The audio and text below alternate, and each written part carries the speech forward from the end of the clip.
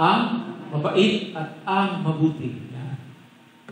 Parang pamagatunan nila ng mga kwento, ang mabait at ang mabuti. Parang si Unggoy at si Pagong. Natatandaan po paano. Ang mabait at ang mabuti. Anong ibig sabihin yan? No? So, yun pong kabaitan at kabutihan. So, paano ba masasabi ng isang tao ay mabait? Yeah. Tingnan mo nga yung katabi. Mukha bang mabait? Yeah. O kaya ay, paano naman pagka mabuti? Yeah. Ano ba ang kaibihan niya? Pareho ba yan? O magkaiba? So, ngayon, meron pong distinction yan. Pero karaniwan kasi pagka tinatawag natin, mabait ang isang tao, ay mabuti rin, ang ating tawag din. Meron naman po silang pagkakatulad din talaga. Pero may distinction po tayo na kailangan unawain din para makita natin at kung ito ba ay ating naisa sa buhay. At mula po dyan, mula dito sa ating tekstong binasa, ito po ang ating buod. Anuman ang panahon, dapat nating pagsikapan sa tulong ng Diyos na makipag-ugnayan sa ating kapwa sa diwa ng kabaitan at kabutihan. Sumasang-ayon po ba kayo? Yan. Ano ang panahon? Yun po ang ating pagsisikapan sa tulong ng ating Diyos. At yan po ay kapag po magagawa natin yan, yun po ay nag-i-improve ng relasyon natin sa isa't isa. Ang pagiging mabait at pagiging mabuti. Ngayon, tingnan po natin. Tumingin lang po ako ng ilang ibig sabihin o description o definition ng kindness at goodness para makita natin yung ano ba pagkakaiba nila. Of course, yan po ay bunga ng Espiritu. Yun po yung purest na ating ninanais na ating ma-express o maranasan natin sa buhay. Yung kabaitan at kabutihan ng bunga ng Espiritu Santo. Una po, pagka sinabing kindness o kabaitan, kagandahang loob din. Ibig sabihin noon. Ibig sabihin niyan, sa wika pang English, our words or actions of giving helps, tulong, o favors, mga pabor, to other people, being mindful of their welfare, or simply making others happy. Yan, sa lahat ng ating sabihin o kaya gagawin, ito ay nakakatulong sa iba. O gusto talagang tayo tumutulong sa iba, o nagbibigay tayo ng pabor sa kanila para sila ay sumaya. Lalo na po sa mga mahihina, lalo na doon sa mga mahihirap, sabihin natin, na karaniwan ay mas doon po natetest yung ating tunay na kabaitan. At marahil sabihin natin, bakit mas doon lalabas lalo na pagka ang iyong pagpapakitaan ng kabaitan ay someone na hindi makapagbabalik sa iyo ng kabaitan din. O kanya po ibig sabihin, lalo na po yung mga mahirap, mga pulubi. Madali tayo maging mabait, doon sa alam nating magiging mabait din o may maibibigay din sa atin. Di po ba? Madali yun Pero yung doon sa alam nating wala nang magagawa pang iba, hindi makakatulong din sa atin. I think mas doon po natin maipapamalas yung tunay na kabaitan. Halimbawa na lang po example sa Biblia, yung pong the kind or the good Samaritan. Usually tawag yung good Samaritan. Pero sa pagsusuri natin, ang talagang mas pinapakita doon yung kindness. Of course, natututin yung goodness. Siguro alam niyo po yung kwento niyan. Meron pong sinabi ang Panginoong Jesucristo na isang tao na ay naabutan ng mga magnanakaw ng mga tulisan. Binugbog at kinuha yung kanyang mga kagamitan, mga pag-aari at talaga nahandusay sa daan. Meron daw dumaan, doon sa daan na yun, isang pari o priest, sacerdote, pero nung makita, umiba na daan. Parang ayaw maabala. Meron din pong dumaan scribes, mga religious leaders. Pero ganun din, hindi rin pinansin. Pero nung isang dumaan ay kinatag isang Samaritano, nung makita siya, nagkaroon ng habag at kanyang nilapitan. Samantalang hindi na kailan yun, at gumagawa muna siya ng first aid, nilapatan ng lunas, yung mga sugat, Tapos isinakay pa sa kanyang asno. Maraming hila-hila niya at dinala sa isang pagamutan. At sabi doon sa nag-alaga doon, nag-iwan pa siya ng pera. Sabi kung ano pa ang kulang, pagbalik ko babayaran. Sabi ng Panginoon Hesus doon sa mga tao, sino ang naging kapwa doon sa tao na yun? Of course, gusto mga tao, naging kapwa ay yung tumulong talaga. So isa po yun, pinapakita noon na wala namang kakayahan makapagbalik ng bayan,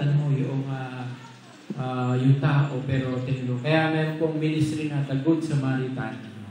Pero mas makikita po natin doon, siyempre, yung kindness, yung kabaitan na kanyang pagtulong talaga. Isang halimbawa po yan sa Biblia. Ano naman so, pagka-kindness, gumagawa ka ng mga bagay na makatutulong sa iyong kapwa o makapagbibigay ng kasiyahan kung sakali man, kahit sa salita. Kasi na-appreciate natin ang isang tao o pinalalakas, ini-encourage. Ano naman ang goodness? Kabutihan naman. Sa Tagalog, kabutihan. Doing things according to what is right in God's eyes, or what is good sa mata ng ating Diyos, yung standard ng good ng ating Panginoon. It is a commitment to truth, justice, and righteousness. Yun naman po ang pagkasinabing goodness. Ang gagawin mo ay sabihin tama. Yan. At ang isang example po niyan ay yung nung ang Panginoong Hesus po ay nilinis niya yung templo. Sabihin, nung pumunta siya doon, ano ginawa niya? Pinagtataob niya yung mga nagtitinda, pati yung mga may-ari, may dalang mga animals doon, pinakawalan niya, pati yung mga money changers, tinaob niya. Bakit? Paano naging good yun? Kasi sabi po ng Panginoon sa Kristo, mula sa kasulatan, nasusulat, ang aking tahanan ay tatawaging bahay dalanginan para sa mga bansa. Pero ginawa ninyong pugad ng mga magnanakaw. So, ang ibig sabihin po noon ay hindi dapat gano'n ang nangyayari doon sa templo. Hindi po tindahan yun. Hindi palitan ng mga pera. At maging yung mga animals, dapat yun yung mga nasa sa labas, hindi doon sa lugar na yun. Yun po. Ibig sabihin yung zealousness para sa kung ano ang tama. Siguro kaunting pagka siya mabait ka, usually nagbibigay ka. Pero halimbawa, yung binigay mo ba, ay tunay yung makatutulong dun sa pinagkalooban mo. O pinigaling sa masama. O kaya ay mapapasama din siya doon sa iyong ibibigay na iyon. So, mas tingnan po natin ang mga bagay na iyan. Halimbawa na lang, naisip ko agad dahil sa ating panahon. Ano po iniisip natin kapag halimbawa, may nagbigay nga sa atin ng pabor. Halimbawa, ayuda. Yan. Usong-uso ngayon yan. Kapag ba nakatanggap tayo ng ayuda, mula ito sa isang kandidato, iisipin na agad natin, ang bait naman ng kandidato na yun. Yan. Pwede sabihin natin mabait kasi mapagbigay. Pero, masasabi rin ba natin mabuti ang kandidato na yun? Siguro isipin din natin, saan ba galing yung binigay? Kanya ba yun? O galing ito sa taong bayan din, sa mga taxes. So, at sa paanong paraan, ano ang layunin niya ng pagbibigay nito? Diba? Dahil ba talaga sa kanya kagandahan loob? O dahil meron siya, isip na pabalik para sa kanya o pabor para sa kanya. So may mga bagay po tayo makikita doon, or ito ba talaga ang pinagkaloob niya sa atin ay marapat lang ay pagkaloob? Tama ba na tayo ang pagkalooban niya? O sa ibang mga tao na mas nangangailangan? Lahat ba ay pinagkalooban? So yun po yung mga kailangan nating suriin. Para masabi nating tunay na mabuti at mabait yung pagkakabigay ng isang bagay. At hoping mas magkakaroon po tayo ng kaunawaan at masusuri natin. Of course, hindi naman po lagi tayo mabilis magsuri. Kasi karaniwan po tayo ay tumutugon tayo ng may kaayusan sa mga nagbibigay sa atin, at nagpapasalamat tayo. Pero kung pakakasuriin po natin, at lalo na sa mga susunod na mga pangyayari, tayo po ba ay madaling, madala sa mga bagay na at sa tingin natin ay kabaitan o kabutihan, and then after nating masuri, tayo po ba ay sumasang-ayon pa rin doon sa nangyari o sa mga nagkaloob nito. So, kindness and goodness ay ang ating Diyos mismo, siyempre ang Panginoon Jesus, ang nagpakita niya sa kanyang ministeryo, siya ay nasa sa mundo ba, sa kanyang paghihimala, pagtulong, pagpapagaling ng may sakit, pagtulong sa mga nangangailangan. At ginagawa niya lahat sa kabutihan, sa tamang paraan. So, hindi lamang po na maganda yung ginawa, kundi ginawa din sa tamang paraan. Okay? So, yun po ang pwede natin sabihin dyan. At mula nga po doon sa binasa, alam po natin sa ating panahon, parang mas madami po ang mga kaganapan ngayon na hindi nagpapakita ng kabaitan o kabutihan. Kagaya po ng binanggit. Sabi po sa 2 Timoteo 3, 1-5, darating po yung mapanganib na panahon at mapanganib na mga tao. At nangyayari na po yan, matagal na. Dahil tayo nga po ay nasa sa mga huling araw na. Kaya nga po doon, akin lang po muling babasahin. Datapwat, alamin mo ito. Ito yung paalala po ni Pablo kay Timoteo, na sa mga huling araw ay darating ang mga panahong mapanganib. Sapagkat ang mga tao ay magiging maibigin sa kanilang sarili. Sa salapi, mayayapang, mga mapagmalaki, mapagtungayaw, masuwayin sa mga magulang, mga walang turing, walang consideration, sabihin na. Mga walang kabanalan, walang katutubong pag-ibig, yung natural affection na tinatawag.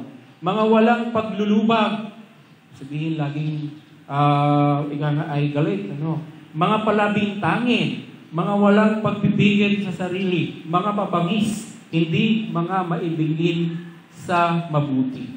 Mga lilo. Well, lilo. Siguro yung parang hindi tapat, yung parang nagsabi lang ganyan, ibang gagawin, Mga matitigas ang ulo, mga palalo, mga maibigin sa kalayawan kaysa mga maibigin sa Diyos. Na may anyo ng kabanalan, datapot tinanggihan ang kapangyarihan nito. Di, nag-aanyo banal, pero manlolong pala. Di ba? Yung mga, minsan, nabubudol. Sabihin siya, ay, anak, ako na may tulungan mo. Sa awa ng Diyos, gusto ko sanang mapuntahan itong lugar nito. Yung pala ay niloloko ka. Bibigyan ka ng pera na pakipwede kang pahabilin ng rey. Kita mo, kapal ng pera, parang yung pala iba, mga dyaryo, yung sa huli. Tapos may kukunin sa yung parang muna, garantiya na hindi ka lalayo. Marami mo naloko doon. Ayun po, parang sinabing may anyo ng kabanalan, datapot tinanggihan ng kapangyarihan nito. Lumayo ka rin naman sa mga tao ito. Doon po sa mga nabanggit, sa palagay niyo po ba, mayroon na kayo nakatagpong ganun sa ating panahon? Sabi na, marami siguro, Pero yun po ang sinasabi na katangian ng mga huling panahon at hindi po na naiiba. At gano'n na nga, lalo pang pababa ang moralidad ng mga tao sa ating panahon. Halimbawa na lang, siguro, nabalitaan niyo yung dating road rage, ng mga road rage, Meron sa Cavite, meron po sa Quezon City, na humantong sa kamatayan dahil hindi na lang nagpasensya. Okay? Kaunting naungusan, okay, parang nakat. Ang nangyayari? Hinabol pa talaga. Kasi kung hindi na hinabol yun, hindi na mangyayari. Kung nagpasensya na lamang. Yun po. At siyempre, alam din natin yung nangyayari dito sa may San Roque. Tama ba? San Roque nga, na aksidente. Parang ganun din, hindi na nag-settle sa halip ay gustong alisan yung responsibilidad at napahamak tuloy ang mas madami. Yan po ang nangyayari sa atin. At napakarami pa. Hindi nga, lingid pa nga sa atin yung napakarami pa ng mga pangyayari. Kung siguro malalaman natin, tayo ay stress, puno-puno ng kalungkutan ang ating kaisipan. Kagabi lang o kahapon, nabalitaan ko rin po yung high school students naman, nagsaksakan. Sa isang dahil lang doon sa nag-uukitan sa CR, pinapatay buhay yung ilaw. Binantayan at sinaksak, patay, 2. Ang isa ay grade 8, ang isa ay grade 9 o grade 10. Doon po yun, yung mga pangyayari yun. At hindi na po tayo nagugulat sa mga dahil sunod-sunod po mga pangyayaring talagang hindi mo akalain, pero nagaganap na. Ngayon, paano yun? Paano yung magaganap yung kabaitan at kabutihan? Of course, mas inaasahan ko ito lalo sa mga mananampalataya na tayo po ang magpapakita patuloy pa rin ng ganoong katangian sa ating buhay. Sa kabila ng sa mundo ito ay napakarami po ng mga hindi yun ang pinapakita sa kanilang buhay. At ano po ang dahilan niyan? Siyempre, dahil nga sa kawalan ng pagkilala o pagpapasakop sa Diyos. Ito po ay nagamit ko na minsan na, yan po, itong picture na ito, minsan nagamit ko po sa kabataan. Ano po ang nakikita nyo dyan? Paano nyo ini-interpret yan? Parang picture po yan, yung binabanggit. Yung nasa pinakatabi, parang yung magkahaman sa salapi, puro salapi ang kagustuhan sa buhay. Siya naman yung aring gumagawa ng krimen, gugulo, yung nasa gitna, mga mayayabang. O kaya yung mga nasa kapangyarihan na gusto laging kapangyarihan, At ano nga kaya, kung ating tatanungin ng mga kandidato, ano po ba talaga ang dahilan at kayo kumakandidato? Siyempre, para maglingkod sa bayan. Bakit po kayo gumagastos na napakalaki? Pagbigay sa marami.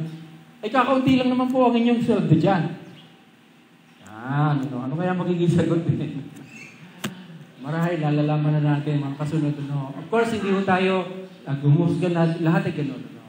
Pero nagiging kalakaran na po ang sinasabi niya na parang naging business na ang politika.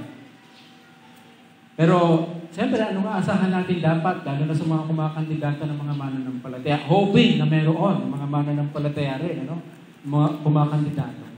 Kasi sila po ay siyang magpakita ng tunay na katapatan at yung mga katangian na kailangan sa isang leader na ating asahan. I think, bago po mag-election, magkakaroon po tayo ng isang mensahe patungkol sa mga katangian ng mga pipiliin nating leader. Kasi alam niyo po, kung ako'y tatanungin niyo, hindi po ang concern ko kung sino ang mananalo. Kundi kung paano po tayo buboto. Ang bawat mananampalataya, ano ang magiging batayan mo sa pagboto? Ano ang iyong magiging prinsipyo? Kasi, hindi po natin hawak kung sino mananalo Kung sino manalo, anumang paraan yan, gandaya man o hindi, o tapat, kailangan niyang maglingkod ng ayos dahil siya po ay mananagot sa Diyos. Pero tayo po, kung paano po tayo boboto, tayo po ay nakabatay sa salita ng Diyos o sa atin, sa katulad lang din ng iba. Na nadadala tayo ng mga ayuda, o ng mga parang, dahil karelasyon natin yung kandidato, affinity, o talaga bang salita ng Diyos, prinsipyo ng Diyos, ang ating magiging batayan sa pagboto. Kahit na kamag-anak po, alam mo, hindi maganda ang pagkatao, hindi dapat manguna, boboto mo ba?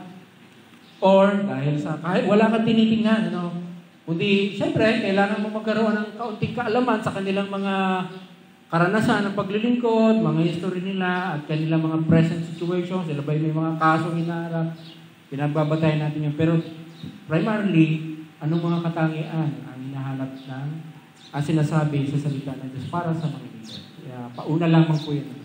But the point is, ang mundo pong ito ay punong-puno ng kasamaan at ng mga bagay na hindi kalooban ng Diyos.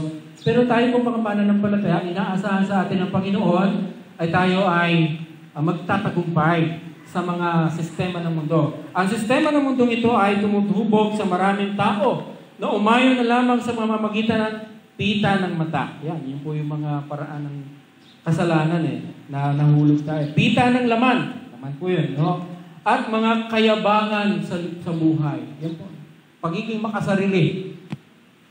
Kaya siguro ang tawag ay selfie. Parang selfie. Although hindi naman sabi ba't ka selfie ka, selfie ka. Pero parang, yan po ang kalakaran sa mundo ngayon, kinahihinat na ngayon. Dahil kahit sa pag-angat ng teknolohiya, ay hindi po nangangahulugan ng pagbuti ng buhay ng marami. Dahil ang marami po ay bumababa patuloy ang moralidad. Hindi po indikasyon ng tunay na pag-unlad yung pagtaas ng teknolohiya lamang. Kundi ano ang nangyayari mismo sa buhay ng mga tao. Sila ba ay mas nagiging mabuting tao o sila ay mas nagiging makasarili? Unahan sa pagyaman, unahan sa makalamang sa kapwa, unahan sa kapangyarihan. Ano po ang ating magiging turuan bilang mga anak ng Diyos sa panahon natin ito? Paano ba natin may papakita yung bunga ng Espiritu sa kabila ng mga katangian nararanasan o daladala ng takbo ng sanlibutan ito? Sabi nga, huwag tayong umayon sa takbo ng sanlibutan ito. Kung tayo po ay natuloy ng Kristiyano, matagal tayo na lagi pumapasok labas sa church, pero kung walang pagkakaiba ang ating nakikitang buhay ng ating mga kapitbahay sa ibang mga tao, ano pa at naging Kristiyano tayo? Di ba? Di ba kailangan ay talaga makikita yung pagkakaiba sa atin? At ang sagot po ay nasa salita pa rin po ng Diyos.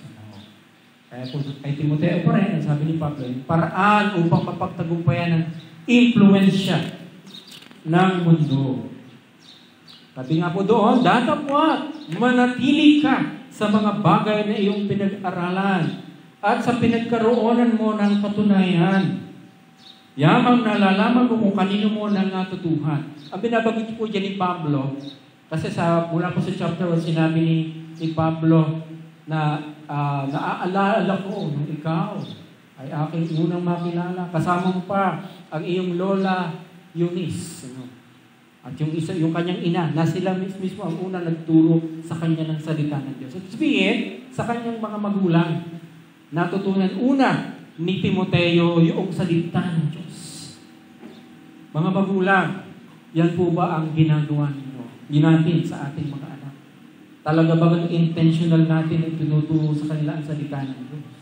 O pinabahinahaya na lang, bahala na ang church dyan, bahala na ang Sunday school. Kapag po ganon, hindi po mangyayari yun. No? Dahil kung ano po ang nakikita ng mga bata sa tahanan, yun ang talaga na kanilang makukuha.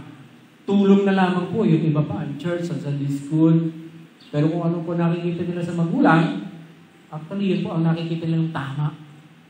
At tutularan nila. Yan po yung atin na pag-usapan dati sa ating fellowship. No? Pero mga magulang, sa atin, tayo po ang mga unang guro ng ating mga anak. Mula sa kanilang kaliitan, paglaki, kung ano po yung katangian nakikita sa atin, karaniwan po nahahawa sila. At kung ang salita po ng Diyos ay hindi naging mahalaga sa kanilang paningin, sa kanilang mga magulang, malamang mag-struggle din po sila sa kanilang paglaki. Maliban na lamang na talagang may magmalasakit sa kanila na magdisipulo. At yun po ang pangunahing dahilan, kaya po ang ating lipunan ay ganito. No? Hindi po ang kung sino magiging leader natin sa Pilipinas o sa mga ang sagot. Sila po ay mga tool, pero kung sila po ay wala rin pagpapasakop sa salita ng Diyos, hindi po yan ang tunay na makapagbabago sa buhay natin mga Pilipino.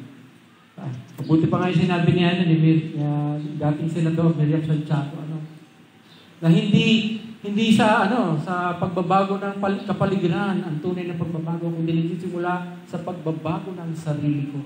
Yun ang sinabi niya. Pero yun, kinote lang niya yan, of course. Pero tunay po yun, para po magkaroon ng tunay na pagbabago sa lipunan na maganda, nagsisimula po yun sa kalooban ng mga tao na nababago. At kaya po tayo dapat aasan mo. Siyempre sa mga nakakilala sa ating Panginoon Jesus. At mula sa pagkabata, iyong nalalaman ng mga banal na kasulatan na makapagpapadulong sa iyo sa ikaliligtas sa pamamagitan ng pananampalataya kay Kristo Jesus. Lahat ng kasulatan na kinasihan ng Diyos ay mapapakinabangan din naman sa pagtuturo, sa pagsansala, sa pagsaway, sa ikatututo na nasa katuwiran. Yan po ang gamit ng salita ng Diyos. Pagtuturo ng katotohanan, pagsansala o pag-review sa mga mali, pagsaway sa mga hindi tamang gawain, at sa pagtitrain sa katuwiran.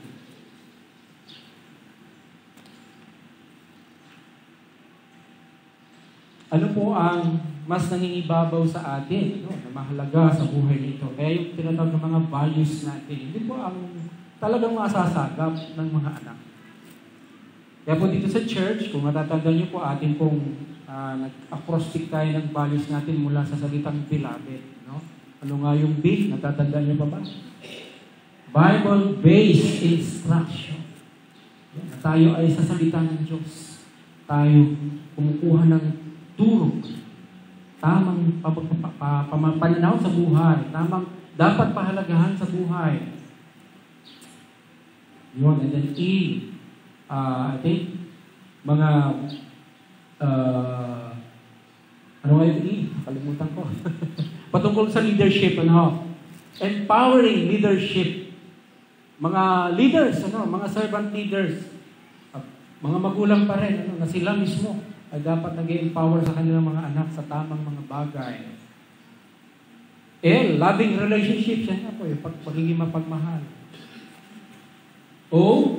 Yun, pagiging mapanalanginin natin at tayo ay masunurin sa Diyos. Obedient intercession. B, yun, yung ating pong pag-witness. I think, ano ba yun? Vibrant witnessing. Vibrant witnessing na tayo makapagpatutuo sa ating kapwa patungkol sa salita ng Diyos. And then yung iba pa ng mga ating pinapahalagahan. Pwede po natin gamitin din po yun sa ating pamilya mismo. Yung mga pagpapahalagay na yun. Pero ano po ang mas nagdodomina sa ating pamilya? Yung po bang parang tinatawag yun na rat race. Alam niyo po yung rat race? Yung nakikipag-unahan ka. Kagaya ng mga kapitbahay na pagandahan ng sasakyan, palaki ng bahay, parang unahan yumaman. Kahit na anong nangyayari, kahit na anong paraan, yumaman lang. Kahit mga illegal na bagay, yun lang. Doon, masisira ko. At kung ikaw ay Kristiyano at nagkaroon ka rin ng ganoong mga karanasan, nakakalungkot naman. Sabi po sa Biblia, for the love of money is the root of all evil. At sa dami daw po, kahit mananampalataya na naghangad nito, ay fall into many griefs. Bumagsak sa maraming kapigatian. Ay dahil, lalo na kung mananampalataya, pumasok sa mga illegal na paraan, hindi makatuwiran, at kinokonsensya siya.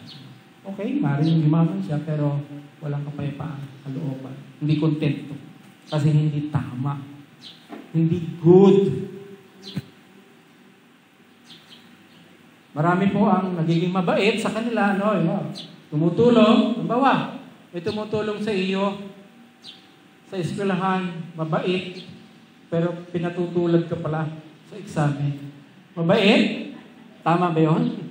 Hindi mabuti. So yun po, makikita niyo po ang kaibahan niya. Pwede kang maging mabait na hindi ka mabuti. Pero kailangan din po, kung mabuti ang gagawin mo, kailangan din po ng kabaitan. Para naman, pwede maging mabuti ka, pero lagi ka nakakasakit ng kapwa. Parang katotohanan ang gusto mo sabihin, pero ikaw naman ay parang legalistic. Nag-i-impose ka ng mga bagay na ina-assert mo yung iyong authority, pero hindi sa paraan na nire-respeto yung kalooban o damdamin ng kapwa. Yun, nakakasakit naman. May mga ganun din po, Kailangan din pong balanse.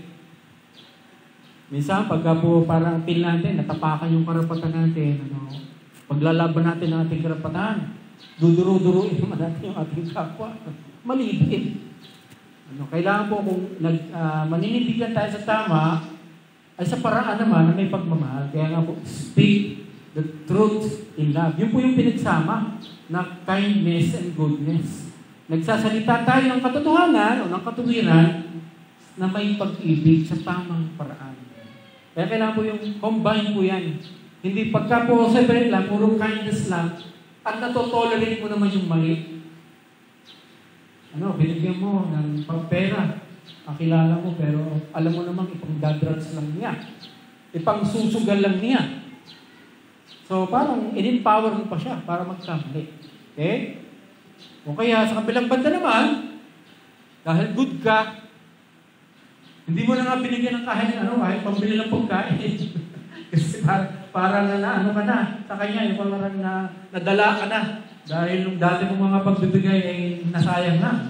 Pero yun naman alam mo pwede makakatulong sa kanya. Bigyan mo ng pagkain. Bigyan mo ng natin. Kaya, kakainin na lang niya. Hindi niya ibang susukan.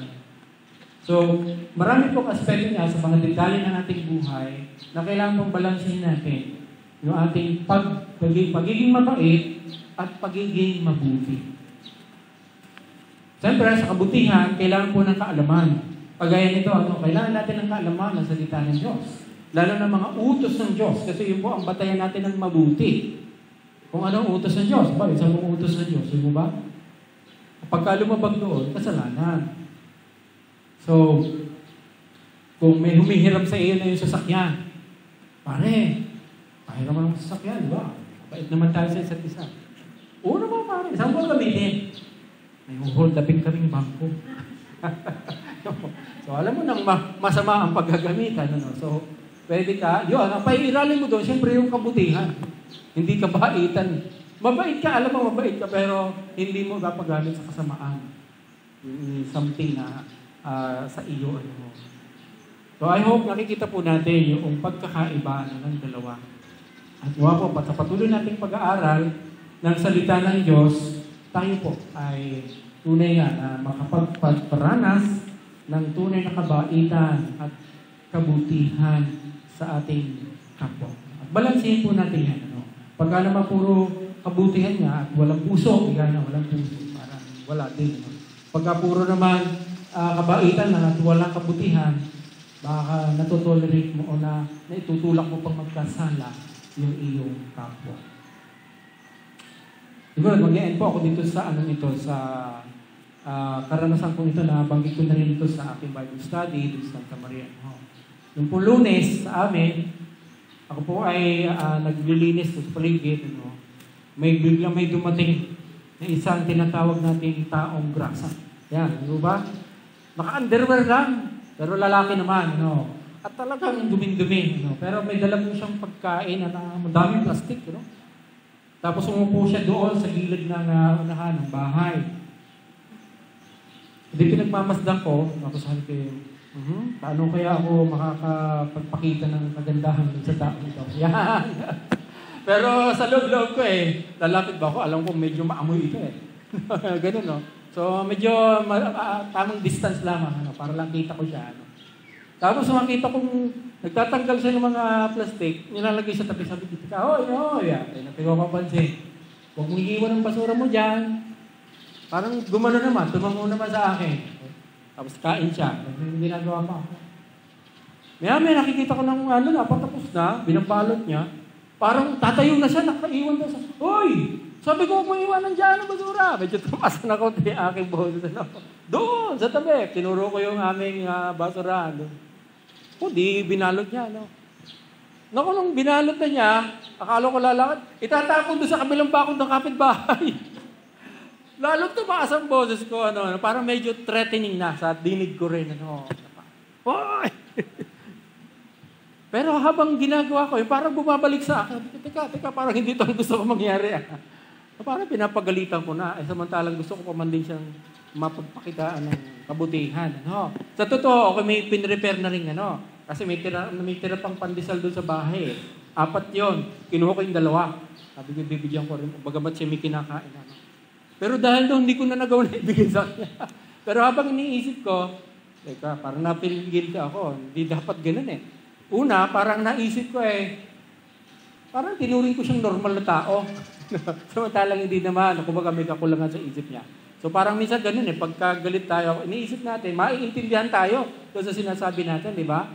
Kahit minsan ng mga bata, akala natin, yung nasa sa isip natin, naiintindihan na rin. So unti-unti ko na-realize yun, at nag-sorry ako sa Diyos. Siya, nakita ko palayo na, paglalakad na. Sabi ko babawi ako. Kinuha ko po yung 2 pandesal, ginawa ko ng 4. At parang ako pumunta, sundan ko. Kaya lang biglang may mga tao na naglabasan. Tapos parang, na rin, pinupunan na rin yun. No? So, naging awkward na, hindi ko na nasundan. Yung ba parang gano'n, it seems, para sa akin, nakita ko meron akong kagustuhan na magpakita ng kagandahan loob, Dahil, siya aking bibigyan ng pagkain. Pero uminog din sa akin yung kung anong isip ko tama, na dapat hindi mo dyan iwan ng basura, hindi sa kapitbahay, doon dapat sa basura. Yun. Ang nangyayari tuloy, parang ang nangyayari sa kalooban ko noon, since parang nagulat din ako na gano'n ang naging reaction ko. Tumaas yung boses ko at parang pinapagalitan ko siya. At nawala sa isip ko na ito nga pala may kakulangan sa kaisipan. So, parang sa akin, hindi ko man nagawa, parang lesson learned na lang sa akin. Nalungkot po ako talaga dahil parang hindi yun ang gusto kong mangyari. Sabi ko sa susunod na lang pagka dumating ulit siya. Kayo po, ano po mga karanasan ninyo? Alam niyo po, sa Bible po, malaki pong pananagutan kung paano natin tinatrato, lalo na ang mga mahihirap at mga mahihina. Malaking pananagutan po yun sa Diyos. Sabi na nga doon kapag ka ang mga mahihirap ay dumaing na sa Diyos at tayo nagpakita sa kanila ng hindi mabait, ay baka po tayo sa at gagantihan. Ipaghihiganti sila ng ating Panginoon. Sabi nga blessed are those who lend to the poor, yung mga nagpapahiram sa mga mahirap. Kasi siyempre wala nang iniisip na pag-ulit. Ang Diyos ang magpapala sa kanila. Pabalik ka rin naman kapag tayo naging oppressor ng mga mahirap, hindi naging mabait, hindi naging mabuti. Mananagot naman din tayo sa ating. So naisip ko lang po yun, kaya medyo talagang feel guilty po ako. Kahit sa paraan lang ng pakikipagtrato, pakipag-uso. Hoping na mas mag-i-improve ka next time. Yan po At pakita po natin sa mundong ito, sa ating mga kapitbahay, sa ating mga pamilya lalo na, yung pagkakaiba na tayo po ay nagpapasakop sa ating Diyos at pinangungunahan ng Kanyang Espiritu. Tayo mo na lang. Amin, dakilang Diyos, kami po ay sa iyo patuloy umaasa, Panginoon, ang pagka-transform mo sa aming kalooban. Kung kami po ay natagpuan mo na maraming mga bahagi sa aming buhay ang patuloy na hindi nagpapasakop sa iyo, matitigas na mga bahagi, mga tinik-tinik, Panginoon, na nakakasakit sa aming pakikipag-ugnayan sa kapwa, paraan ng pagsasalita, paraan ng pagkilos, ang mga iniisip, Panginoon, hindi mabuti sa iyong harapan. Tulungan mo kami, Panginoon, na patuloy kami linisin ng iyong mga salita, ng mga karanasan ng isa't isa na aming ibabahagi. At di sa lahat ang halimbawa mo, aming Panginoon sa Kristo, halimbawa ng iyong mga lingkod na nagsikap na maging masunurin sa iyo. Ang nais po namin ay maging tunay kami mga liwanag, patutuo sa aming mundong ito, sa aming komunidad. At kaya po ay ang makikita nila sa amin ay ang mga katangian ng aming Panginoon sa Kristo. Ang mga bunga ng Espiritu Santo. Patuloy namin pinagbubulay-bulay. Patawarin mo po kami sa mga sandali na kami po ay hindi umayon sa tamang paraan. Kami na hindi naging mabait, hindi kami naging mabuti, Panginoon. At kayo po ang nakaalam nito dahil someday, one day, magbibigay sulit kami sa iyo sa lahat ng aming ginagawa. Tulungan mo po kami sa iba't iba namin role na ginagampanan bilang mga tatay, inay, anak, kapatid, mga leader sa iglesia, sa eskwelahan, mga tagapagturo. Kami po lahat ay may mga influensya sa aming kapwa, Panginoon. Kaya po ay ang madama nila sa aming Panginoon ay ang mga mabubuting bagay dahil sa aming relasyon sa iyo. At kami makapatuloy na ma-preserve ang lipunan namin sa pamamagitan ng aming mga ugali, Panginoon, na hindi umaayon sa takbo ng mundong ito. Upang sa gayong manatiling may pag-asa, Panginoon, ang aming mga kababayan na mayroon pa rin liwanag, may pag-asa na nakikita sa mga taong pinaghaharian mo.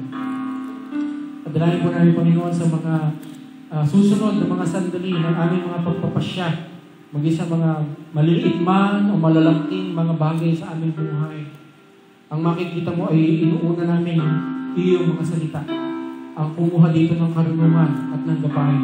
At hindi lamang sa udyong ng aming damdamin o dahil sa sinasabi ng maraming tao. Panginoon, mga po ay tunay na makita mo sa amin ang mga lingkod mo na nagpapasakop sa iyong kalooban. Hindi na narahuyog sa mga panghalina ng mundo nito, sa mga yaman ng mundo ito lamang, kundi sa lahat yung prinsipyo ng iyong salita ng pagtatapat sa iyo, pagtatapat sa trabaho, pagtatapat sa mga relasyon, at pagtatapat sa aming pong pakikipag-ugnayan, lalo na sa iyo, Panginoon. Nawa po, lalo na ang mga magulang, maging mabuting ehemplo sa mga anak. At ang magiging patunay nito ay sila'y maaakay sa pananampalataya din sa iyo. Salamat po, Diyos. Mga po ay sa iyong kaparaanan, patuloy ka mag-usap sa bawat isa sa atin. Ang gagawin po namin, ang patuloy na paglilingkod, pagsamba sa iyo, hanggang sa muli mo pagpapalik. Tumamangin, may pasasalamat at pagkakatiwala sa iyo. Sa pangalan ng Panginoon Jesus. Amen. Salamat po. Salamat po kayo.